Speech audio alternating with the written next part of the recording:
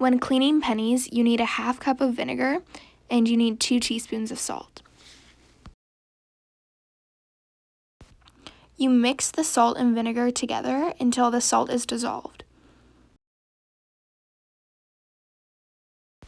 You then take an old penny and dip it into the mixture for 10 seconds.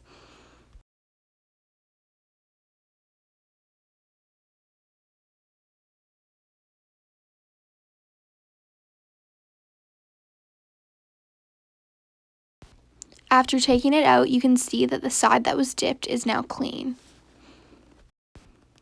If the pennies aren't rinsed after being cleaned, a greenish-blue layer called malachite will develop over the surface.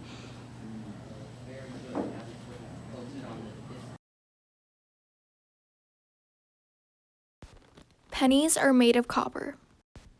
When the negatively charged atoms in our air are attracted to the positively charged atoms in copper, they bind together, then form a new molecule known as copper oxide.